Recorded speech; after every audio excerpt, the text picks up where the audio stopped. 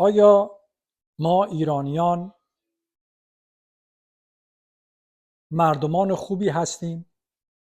آیا واقعا ما ایرانی‌ها که اینقدر خودمون رو تافته جدا بافته از سایر مردمان این کره خاکی میدونیم، آیا مردمان درستکاری هستیم؟ چه در رابطه با مردمان خارج از ایران و چه در رابطه با مردمان داخل ایران؟ آیا ما هزار چهره نیستیم؟ آیا در دورویی و تظاهر زندگی نمی کنیم؟ آیا پشت سر همدیگر حرف در نمیاریم؟ آیا توقعات آنچنانی نداریم؟ آیا دروغ نمیگوییم؟ آیا حقه و کلک نمیزنیم؟ آیا زرنگی رو در اینکه خودمون رو باهوشتر و نمیدونم زرنگتر از دیگران بودن باشه نمیدونیم؟ آیا ما واقعا به همدیگه کمک میکنیم؟ آیا برای اینکه احساس قدرت بکنیم این نیست که همیشه میخوایم تو سر دیگری بزنیم؟ این نیست که از بیچارگی و بدبختی دیگری ذاتاً و ماهیتاً خوشحال میشیم تا اینکه احساس پیروزی و موفقیت بکنیم؟ آیا در تمامی این لفافه‌های تعارفگونه ما آیا واقعا صداقتی وجود داره؟ آیا ما واقعا خواهان خوشبختی و موفقیت همه افراد این عالم هستیم؟ آیا ما نژاد پرست نیستیم؟ چه در رابطه با مردمان خارج از ایران و چه در رابطه با مردمان داخل ایران، خود ایرانی ها از فرقه ها و اقوام گوناگون، آیا ما نژاد پرست نیستیم؟ آیا ما تحقیر نمی کنیم؟ آیا ما نمیگیم مثلا این طرف از اصالت ایرانی برخوردار نیست، از اصالت خانوادگی برخوردار نیست؟ حتی در درون به اصطلاح اقوام یگانه خودمون آیا مثلا لور هفت‌لنگی با لور چهارلنگی خودش رو جدا نمیدونه؟ حالا چه برسه مثلا به فرض به کرد و نمیدونم بلوچ و سیستانی و مازندرانی و گیلانی و ترک و عرب و هزار فرقه دیگه تو ایران هستن. ما نمیخوایم بگیم مردمان دنیا فرشته هستن و مردمان ایران شیطانی هستن. نه، انسان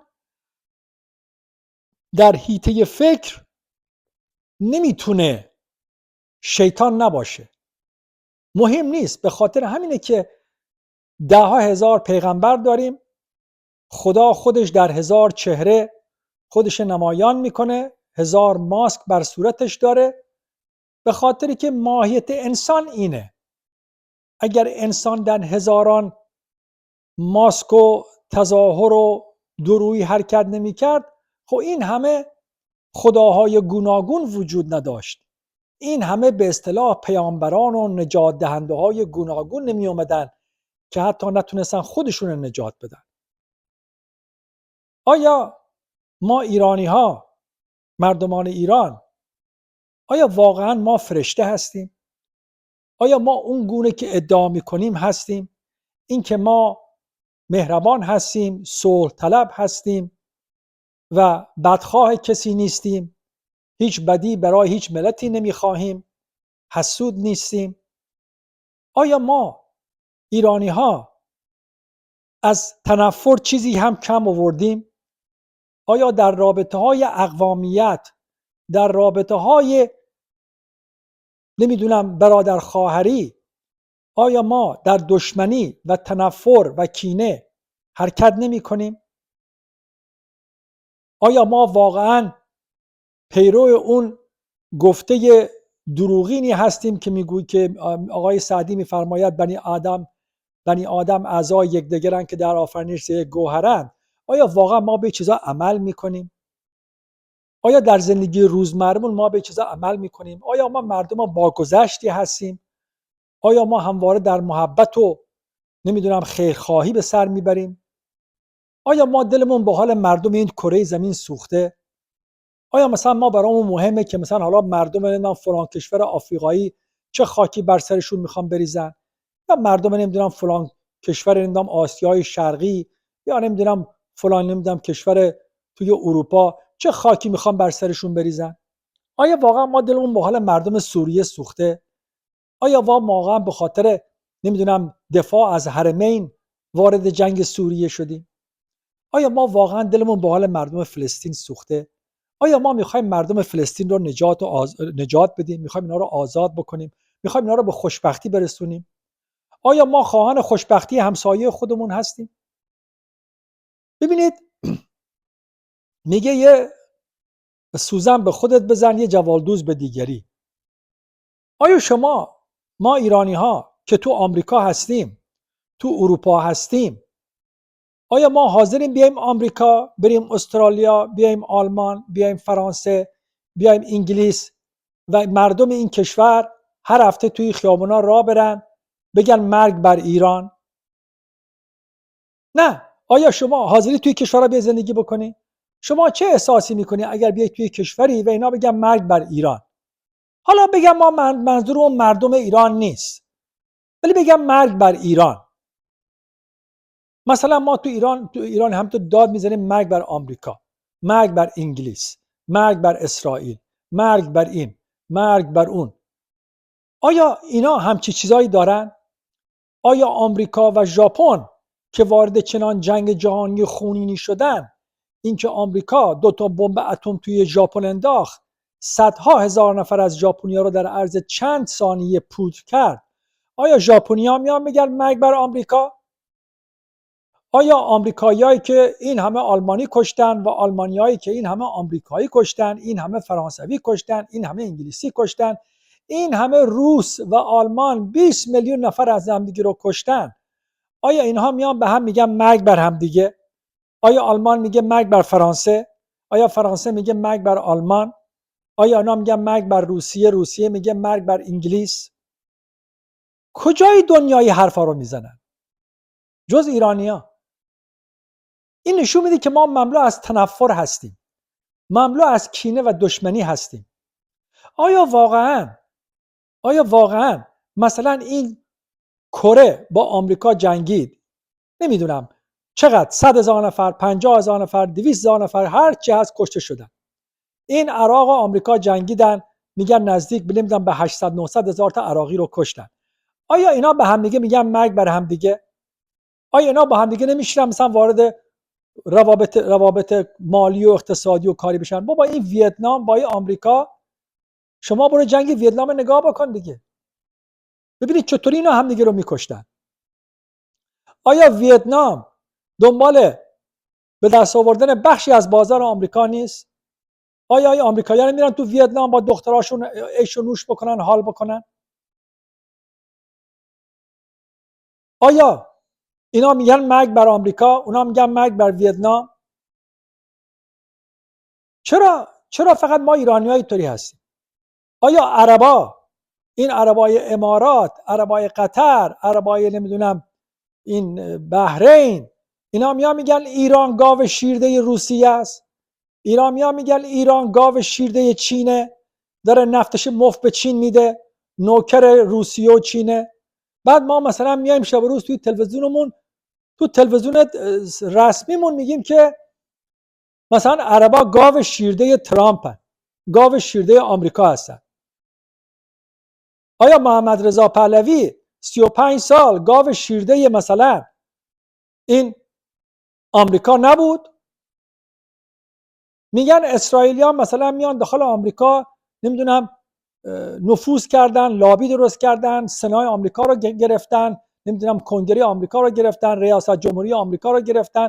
خب 35 سال دوره پهلوی، ما ایرانی‌ها که این همه ادعای نمیدونم عقل کل دنیا میکنیم، این 35 سال چرا ما تو آمریکا نفوذ نکردیم؟ چرا ما تو این مجلس آمریکا نفوذ نکردیم؟ میگن این محمد رضا پهلوی نمیاد با این کسینجر، با این دومادش اردشیر زاهدی نمیدونم شب و روز ماتحت کسینجر رو نمیدونم برژنسکی و نیکسون بو میکردن. چطور اینا نتونستن بیان با پول نفتشون مثلا توی آمریکا مثلا نفوذ داشته باشن؟ بعد یهودی‌ها تونستن بیان بکنن. چرا ما عقده‌ای هستیم؟ چرا عقده حقارت خودکمبینی داریم که همش میخوایم انگشتمون رو به طرف دیگری اشاره بکنیم و بگیم تقصیر ایناست، تقصیر ایناست، ما معصومیم، ما پاکیم، ما فرشته‌ایم، ما حقیم و بقیه همه شیطانن. همه شیطانن. آیا آمریکا مثلا اومد مصدق سرنگون کرد؟ همین آقای مصدق نخست وزیر زمان محمد رضا پهلوی که کودتا کردن، همه میام شب روز میگم آمریکایی‌ها کودتا کردن، مصدق سرنگون کردن، به ما خیانت کردن. اولا این آمریکایی‌ها چقدر ایرانی کشتن؟ این آمریکایی‌ها اینقدر که آلمانی کشتن، این آمریکایی‌ها اینقدر که ویتنامی کشتن، اینقدر که کره‌ای کشتن، اینقدر که نمیدونم آدمای جاهای مختلف کشتن، آمریکای جنوبی رو کشتن، چند تا ایرانی کشتن؟ آیا مصدق و آمریکایی‌ها سرنگون کردن؟ یا اینکه یه مش ایرانی خائن همیشه وطن فروشی که تو خود ایران هستن که همه ما دست کمی از اونا نداریم، خودمون این آقا رو آوردیم پایین؟ آیا سربازای آمریکایی اومدن مصدق دستگیر کردن یا سربازای ایرانی، ارتشیای ایرانی، این آقای نمیدونم ارتشبدا و نمیدونم تیمسارای ایرانی این آقا رو گرفتنش؟ ها؟ کی؟ آیا مردم ایران که تو خیابونا داد و بیداد میکردن که نمیدونم با خون خود نوشتیم نمیدونم یا مرگ یا مصدق، آیا اینا اومدن پشت مصدق گرفتن؟ آیا آیت الله کاشانی یا آخوندا یا آخوندیسم ایرانی اومد مثلا پشت مصدق گرفت؟ آیا مردم ایران خودشون خیانتکار نیستن؟ آیا مردم ایران خودشون جنایتکار نیستن؟ آیا مردم ایران خودشون تیشه به ریشه خودشون نمیزنن؟ آخه آمریکایی چطوری میتونه بیاد داخل ایران کودتا بکنه وقتی که مردم ایران در مقابل چنین کودتایی نه تنها سکوت میکنن بلکه پشتیبانی هم میکنن؟ امروز تو خیابون میگن نمیدونم یا مرگ یا مصدق، فردا میگن جاوید شاه. همونایی که میگفتن یا مرگ یا مصدق، همونا فردا تو خیابون میگن جاوید شاه. مردم ما اینطوری هستن. ما همچه آدمایی هستیم. ما به همه فحش میدیم، ما همه رو تحقیر میکنیم، افغانی تحقیر میکنیم، ترکای ترکی رو تحقیر میکنیم، آذریای نمیدونم آذربایجان شوروی رو تحقیر میکنیم، ما همه رو گاو میدونیم، همه عربا رو گاو شیرده میدونیم.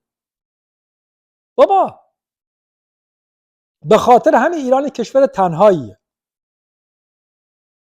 حتی این حماسی‌های فلسطینی هم به قدرت برسن، ایران تحویل نمیگیره دیگه، چه برسه به بقیه عرباش. همین عراقی که میریم اونجا نمیدونم زیارت نمیدونم کربلا و امام حسین و اینو اون میکنیم، همینا خواهان تجزیه ایران هست. همین ترکای ترکیه که امپراتوری عثمانی داشتن، تمام این سرزمینای نمیدونم سوریه و فلسطین و شمال مصر و عراق و همه اینا زیر سلطه این عثمانی بود. انگلیسی ها آمدن ترکا رو شکست دادن، اینا رو ازشون گرفتن، اومدن اینا رو تقسیم بندی کردن، مرز گذاشتن، حالا که عراق و سوریه و اردن و نمیدونم اینا رو درست کردن. آیا ترکا میگن مرگ بر انگلیس؟ آیا انگلیس میگه مرگ بر ترکیه؟ بابا دنیا دنیای قدرته، دنیا دنیای زوره، دنیا دنیای مالکیته، دنیا دنیای تصاحبه، دنیا دنیای نمیدونم اختیار و کنترل، دنیا دنیای سلطه است، اونم سلطه مطلقه است. بابا اگه ارزه دارین اینقدر هارت و پورت نکنین، بریم بمب اتمتون بسازید. حداقل نمیدونم شما که هم دم کون چین و روسیه چسبیدین، بابا مثل کره شمالی بریم بمب اتمتون بسازید. اینقدر موس نکنید، اینقدر نگید نمیدونم ما حالا اخلاقیاتمون فلانه، ما مخالف اصطلاحات جمعی هستیم. بابا چه فرقی میکنه؟ حالا دو سه تا 4 تا 10 تا بمب اتم داشته باش، تو که با موشکت میزنی، خب بمب اتمت هم داشته باش. تو که انواع اقسام سلاحات درست میکنی، پهپاد میفروشی، پهپاد درست میکنی، خب برو بمب اتمت هم داشته باش. تو هم مثل اونا عرضه داشته باش، قدرت داشته باش، منطقه مرگ بر اینو اون نکن. برو باشون وارد معامله بشو، برو وارد بیزینس بشو، ولی بمب اتمت داشته باش. چرا اینقدر هارت و پورت میکنی؟ چرا اینقدر دفاع از فلسطین میکنی؟ بابا بمب اتم داشته باش، اوکی؟ اون موقع برو بگو که من طرفدار فلسطین هستم. اوکی؟ حالا مثل بقیه کشورهای دیگه، حالا کمکشون هر چی میخوای بکن. بمب اتم داشته باش، اینقدر برای اسرائیلی هارت و پورت نکن. اگه اسرائیل میخواد تو رو تجزیه کنه، بهش بگو نگاه کن میتونی بیا جلو، ما با بمب اتم میزنیم. چرا اینقدر معصومیت بازی در میارین؟ چرا اینقدر حقانیت بازی؟ چرا اسرائیل میزنه 1000 تاتون رو در عرض یه روز میکشه، میگه شهیده. بابا غزه رو با خاک یکسان کرده، 70,000 نفر کشتن. زندگی مردم زندگی ندارن. تمام آسمون ایران با هواپیماشون بمباران کردن. آخه چه دم از پیروزی میزنید؟ کدوم پیروزی؟ چه پیروزی؟ وقتی همه رو قتل عام میکنن، همه رو به خاک سیاه میکشونن، بعد ما میگیم اونا خسته شدن، اونا شکست خوردن، اونا عقب نشینی کردن. بابا بمب اتم دارن، هر وقت دلشون بخواد بمب اتم هم میندازن، عین خیالشون هم نیست. همونطور که تو ژاپن بمب اتم انداختن، میزننتون. شما هم دقت داشته باشین، اگه زدن شما هم بزنینشون. شمایی که ما ایرانیا ذاتاً و ماهیتاً، تاریخاً و ژنتیکی، معذرت میخوام، ما تدلیس غربی‌ها هستیم. همه ایرانی‌ها میخوان برن آمریکا، همه ایرانی‌ها میخوان برن اروپا، میخوان فرانسوی باشن، میخوان انگلیسی بشن، میخوان ایتالیایی بشن، میخوان نمیدونم آلمانی بشن، میخوان برن استرالیا، میخوان برن نیوزیلند. چقدر شما ایرانی‌ها دوست دارین برین روسیه؟ چقدر شما ایرانی دوست دارین تو چین زندگی کنید؟ شما میرین با این چینیا، با این دندون زردا زندگی میکنید. بابا اگه ژاپن هم رفتید، شما تو ژاپن اینقدر که ژاپنی‌ها نسبت به ایرانی‌ها ریسیست هستن، بابا تو اروپا و آمریکاش نیستن. همه ریسیستن. آیا ما ایرانی‌ها نسبت به افغانی‌ها ریسیست نیستیم؟ بابا ما تو خود ایران نسبت به هموطنای خودمون ریسیست هستیم، نژاد پرستیم. ما خودمون کجایی هستی؟ آمولی هستی؟ بابلی هستی؟ قائم شهری هستی؟ ما تو خود مازندران آمولی با بابلی و بابلسری اینا نسبت به هم دیگه نژاد پرستن. دیگه چه برسه به بقیه؟ چه برسه به ترک و نمیدونم لور و کرد و ایناش؟ تو خود کرد کرمانشاهی نسبت به کرد سنندجی و کرد نمیدونم مهابادی نسبت به کرد سقزی نژاد پرسته. بعد ما مثلا میخوایم بیایم مثلا میگیم که حالا چرا مثلا اروپایی‌ها یا آمریکایی‌ها نسبت به ما نژاد پرستن؟ کجا آمریکایی‌ها گفته مرگ بر ایران؟ بابا توی اخبارشون، توی مجلساشون، تو صحبت‌های سیاسیشون، فرنگیشون، کجا میان میگن ایرانی‌ها گاو شیرده هستن؟ ما شب و روز میگیم عربا گاو شیرده هستن. آخه عربا وقتی اینو میشنوه میخواد چه احساسی نسبت به ایرانی بکنه؟ بگه ایرانی‌ها ما رو دوست دارن، حالا پزشکی هم بره هی داد بزنه که ما صلح طلبیم، ما با همه میخوایم کنار بیایم. بابا تو داری میگی اینا گاو شیرده هستن.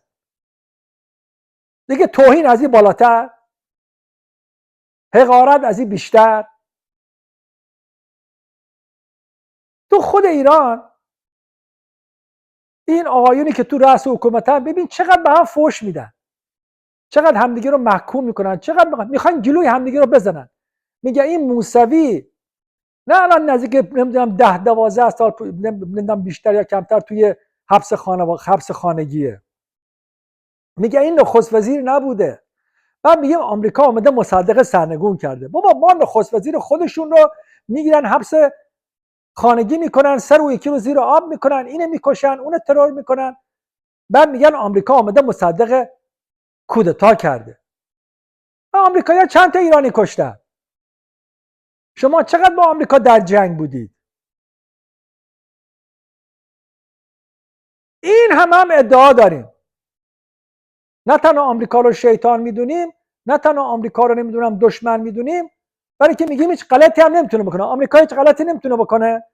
پس تو 40 سال تو این برجام و تو این لاسیدن و نمیدونم دریوزگی و نمیدونم ما تدلیسیدن و دستمال یزدی پهن کردن، چیه که دم کون آمریکا و اروپا چسبیدیم ول کنه معامله نیستیم؟ چرا مثل کره شمالی نمیریم بابا همین رو خشک بخورین؟ چه میگن نمیدونم از این برنامه‌ها دست بردارین؟ چرا اینا رو ول نمی‌کنین؟ چرا غربی‌ها رو ول نمی‌کنین؟ خب به خاطری که خودتون هم مثل خودشون هستین دیگه. شما میخواین مثل غربی‌ها باشید. اسکندر مقدونی حمله کرده به ایران، اون آقای هخامنشی، شما برو تخت جمشید ببین چطور اینا از سراسر اون امپراتوری به اصطلاح هخامنشی اون زمان، ببین اینا چقدر باج میگرفتن. برو داخل تخت جمشید نگاه بکن، این مجسمه ها رو نگاه بکن، ببین اینا چطوری از سراسر این منطقه خاورمیانه دارن برای آقای هخامنشی توی شیراز دارن باج میارن، گاو میارن، گوسفند میارن، هدایا میارن. میگم ما اینا رو نمی چاپیدیم، میگم ما به زور از اینا نمی گرفتیم. اینا عشق و محبت زرتشتی بوده. خب حالا آمریکا میخواد بچاپه، هر کس قدرتش باشه میخواد بچاپه. بابا انسانیت ماهیتش چاپیدنه. میگم ما نمی چاپیدیم. میگه آیا نادرشاه افشار حمله نکرد به هند، از تو هندیا طلاها و جواهراتشو دزدید آورد؟ اگر میتونستیم میکردیم. ما ملت صلح طلبی نیستیم، ما ملت نمیدونم مهربانی نیستیم. اگر بتونیم میکنیم، چون نمیتونیم میگیم مهربونیم، چون بی ارزه هستیم میگیم صلح طلبیم. حتی که ارزه نداریم نمیتونیم رقابت بکنیم میگیم ما معصومیم، ما پاکیم.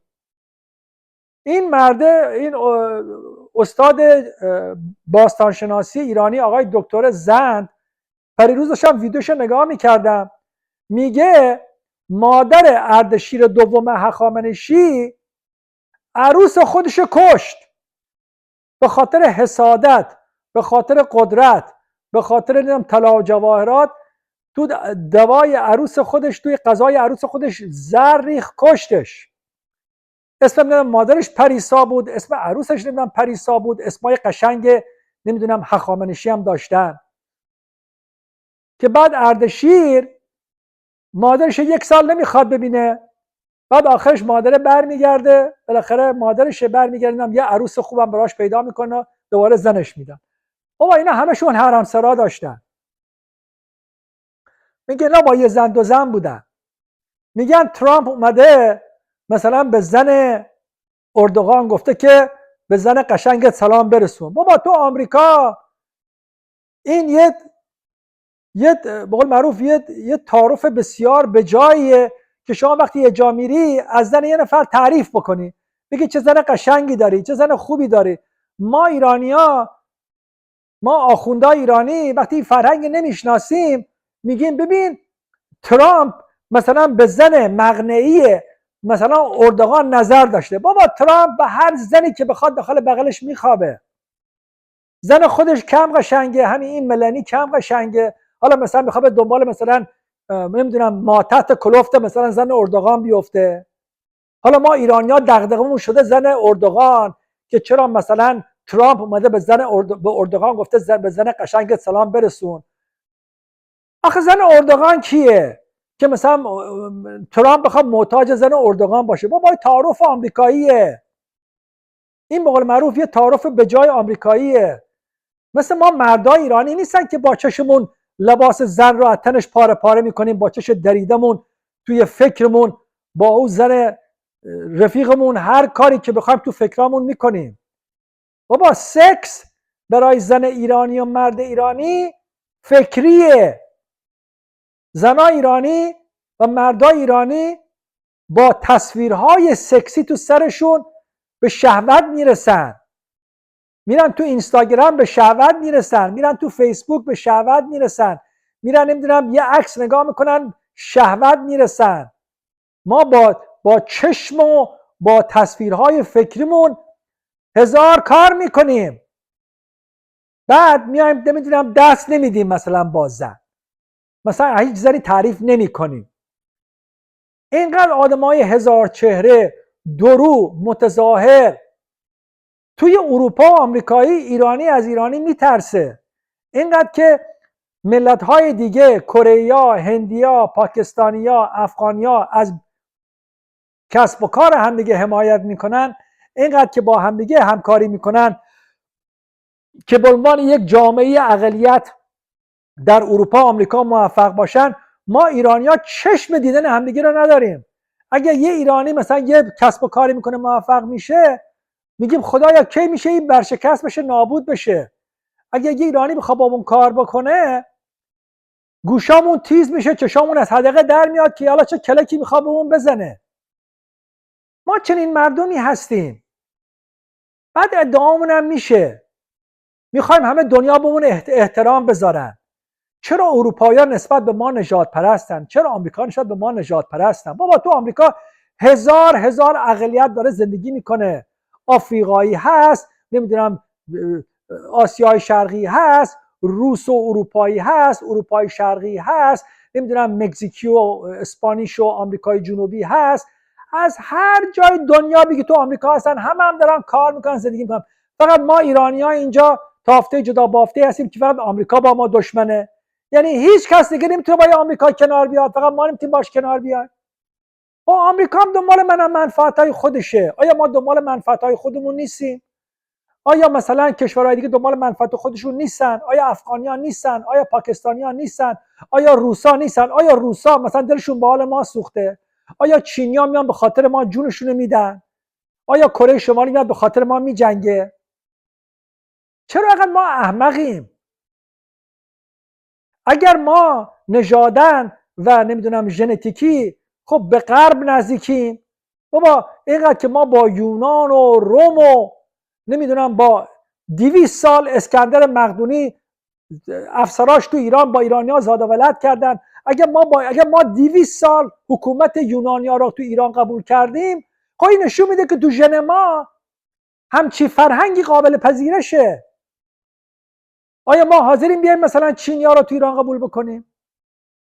میگه ما با همین روسا نمی جنگیدیم. آیا این ناصرالدین شاه، مظفرالدین شاه، آیا این نمیدونم روشنفکرای ایرانی، آیا اینا اینقدر که رفتن اروپا و فرانسه و آلمان میرفتن میگشتن کیف و حال میکردن، چرا اینا روسیه نمیرفتن کیف و حال بکنن؟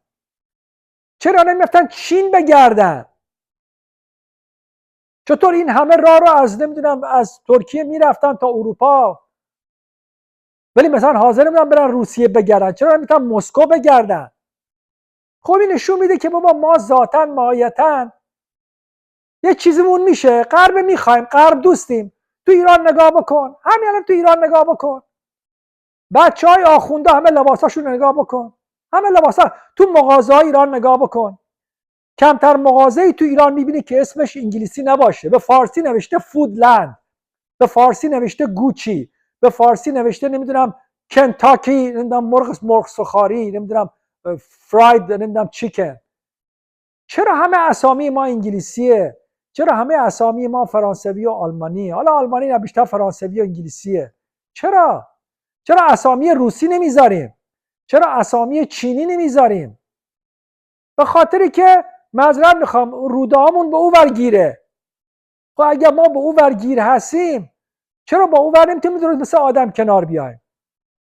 چرا نمیتونیم مثل یونان باشیم؟ چرا مثل بقیه‌شون مثل ترکیه نمیتونیم باشیم؟ بابا همین سوریه اومدیم میگیم سوریه، بابا بشار الاسد که مردم سوریه میخواستنش، این بشار الاسد فرار نمیکرد بره روسیه. خب بشار الاسد نوکر روسا بوده، بگه نه 100 سال سیاه که فرار نمیکرد بره. حالا این مردم اومده، حالا نمیدونم الشهر هر اسمش هر گویی که هستش، خب بابا مردم سوریه دارن باش زندگی میکنن دیگه، دارن با بی‌حجاب هم تو خیابونا میگردن. چرا ما اینا رو نمیبینیم؟ میگم ما نمیدونم قیم مردم سوریه هستیم که بگیم با کی باش، کی رو انتخاب کن، کی انتخاب نکن. به ما چه مربوطه؟ ما اگه قدرت داشته باشیم از خودمون دفاع میکنیم، قدرت داشته باشیم میریم معاملات اقتصادی میکنیم، قدرت داشته باشیم بابا اگه ما از لحاظ اقتصادی و علمی پیشرفت بکنیم، خب همه کشورها میخوان بیان با ما کار بکنن. چی ما صادر میکنیم؟ چی تولید میکنیم؟ تو اروپا و آمریکا چش دیدن همدیگه رو نداریم. تو ایران به هم کلک میزنیم. مملو از تنفر هستیم، گلگی، شکایت، انتظارات بیجا، مزخرف. گلوی همدیگه رو ما میبریم. کجا ما خیانت به هم نمی کنیم؟ مملو از خیانتیم. اصلا خیانت ما جزء فرهنگ ماست. وقتی درویی و تظاهر و حق و کلک باشه، خب مسلما خیانت هم توش هست. پس یه سوزن باید به خودت بزنی، یه جوابگوز به دیگران. اینقدر نباید پرت و پرتی و نمیدونم هارت و پورت و شر و ور و نمیدونم زر بزنی.